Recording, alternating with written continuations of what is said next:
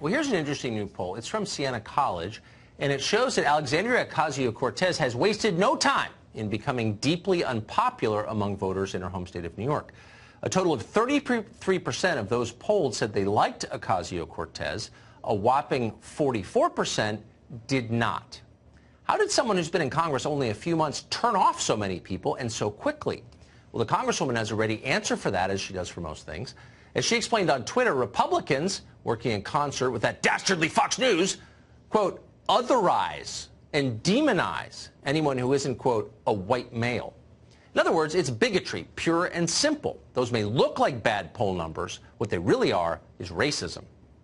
Now, it's possible you will scoff at this explanation. It is whiny and predictable and totally self-serving. It's also unsupported by evidence. So skepticism is a fair response. But let's go a little deeper for a second. What we have here is not simply a cynical excuse for personal failings, one we've heard 1,000 times from politicians, racism. What Ocasio-Cortez has given us instead is a litmus test for our souls. It's simple. When you agree with Alexandria Ocasio-Cortez, you are a good person. When you disagree with her, you are not. You're a racist, a bigot, a hater, a loathsome human being. Got that? Okay. Prepare for the exam. We're not proctoring this test. We're on TV right now and you're at home or in a bar. We're going to have to use the honor system here. We're going to play you a series of clips. Now, be honest about how you feel about them. Everything hangs in the balance. First, we're going to consider AOC's views on children. She doesn't have any, and there's a reason for that. She cares too much. Her heart is too big. Watch her explain. Our planet is going to be a disaster if we don't turn this ship around. And so it's basically like there's scientific consensus that the lives of children are going to be very difficult. And it does lead, I think, young people to have a legitimate question. You know, is it okay to still have children? Is it okay to still have children? That is AOC's question to you. Now, if you answered, are you kidding?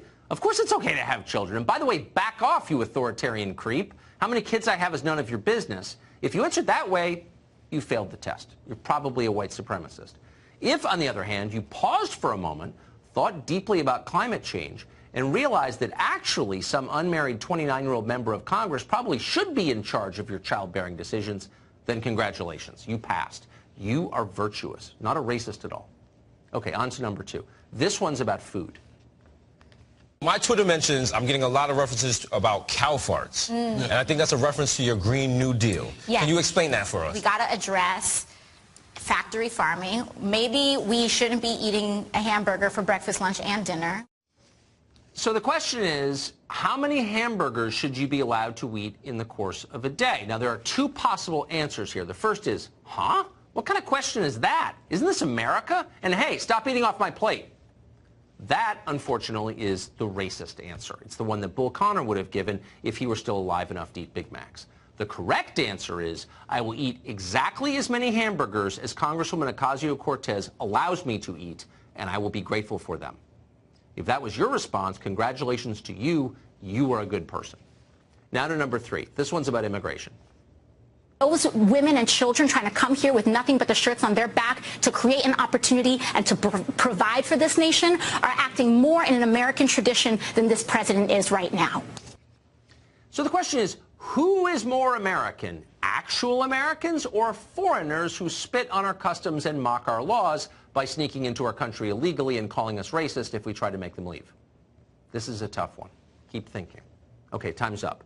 The answer is illegal aliens are the real Americans. Duh. If you doubted that for a second, please hate yourself. You deserve it. And now for the final question on our test. This one is the Daily Double. See how you do. Criticisms of you is that your math is fuzzy. The Washington Post recently awarded you 4 Pinocchios. I think that there's a lot of people more concerned about being precisely, factually, and semantically correct than about being morally right. Factually correct. Now, this question gets right to the heart of it all. Are you one of those troglodytes who still cares about facts, about numbers and evidence and physical reality?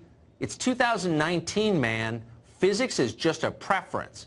if you persist in being factually correct and continue to read books, speak in complete sentences, please know that you are committing racism. You, sir, are a bigot. And Congresswoman Ocasio-Cortez condemns you. She, by contrast, is morally right and utterly certain of it. On this test, that is all that matters. New Siena poll shows New Yorkers consider AOC a villain for Amazon ditching New York City for its new headquarters too. Congressman Tom Reed, Republican, New York, is with us now. First off, Congressman, do you think there's any chance of getting Amazon back to New York?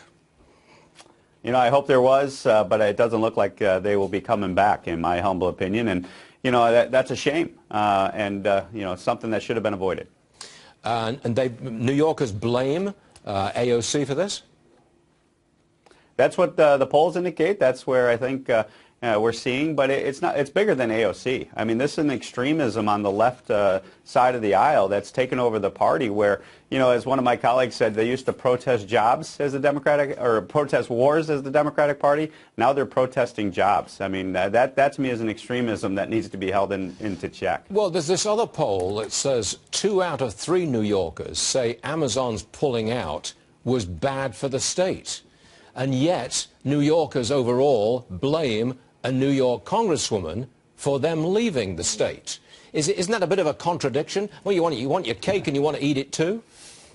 Well, I think what it's also tapping into, though, is the reality of New York. The New York taxpayers need to wake up in Albany, Stuart, and start changing the tax and spend regulatory overreach that is occurring because of that extreme left agenda overtaking our state capital. And that's where the root cause of the problem is. And when you have to put a $3 billion deal together to attract one company to the state, you should look at the underlying foundation of why that is necessary to attract a business of Amazon's magnitude to New York. Now, Governor Cuomo has, I believe, lowered property taxes in the state, or certainly put a cap on them, and a cap on their rise.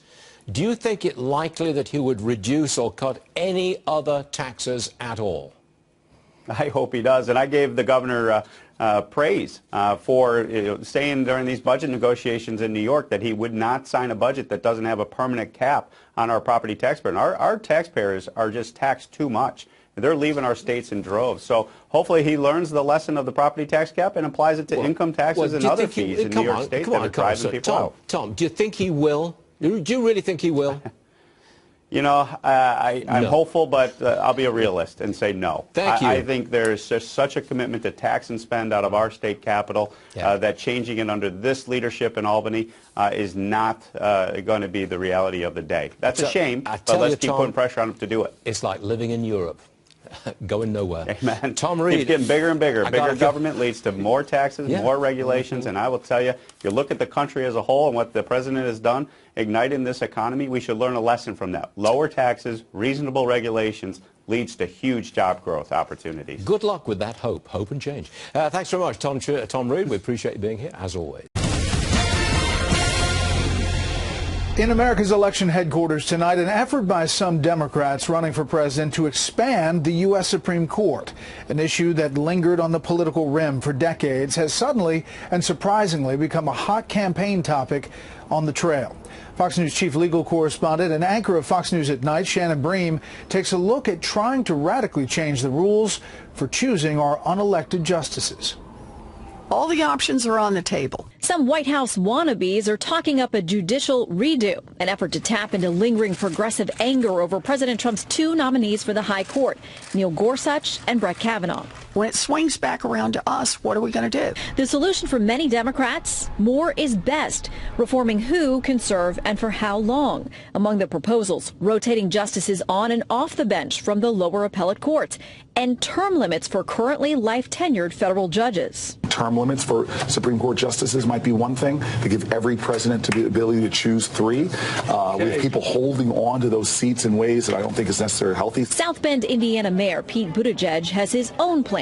One idea that I think is interesting is you have 15 members, but only 10 of them are appointed in the political fashion. 5 of them can only be seated by unanimous agreement of the other 10. The Constitution does not establish a set number of justices. That's up to Congress. There were initially 6 members of the High Court, then 5, then 7, then 9, down to 8, 10 for a while, back down to 8 before finally settling on 9 a century and a half ago. I will appoint justices who will not undertake to override the judgment of the Congress. Franklin Roosevelt's audacious court-packing plan in the 1930s to add up to 6 justices met with widespread public and political condemnation and was soon abandoned. It's no secret the other 2 branches have long chafed at high court rulings limiting presidential and congressional power.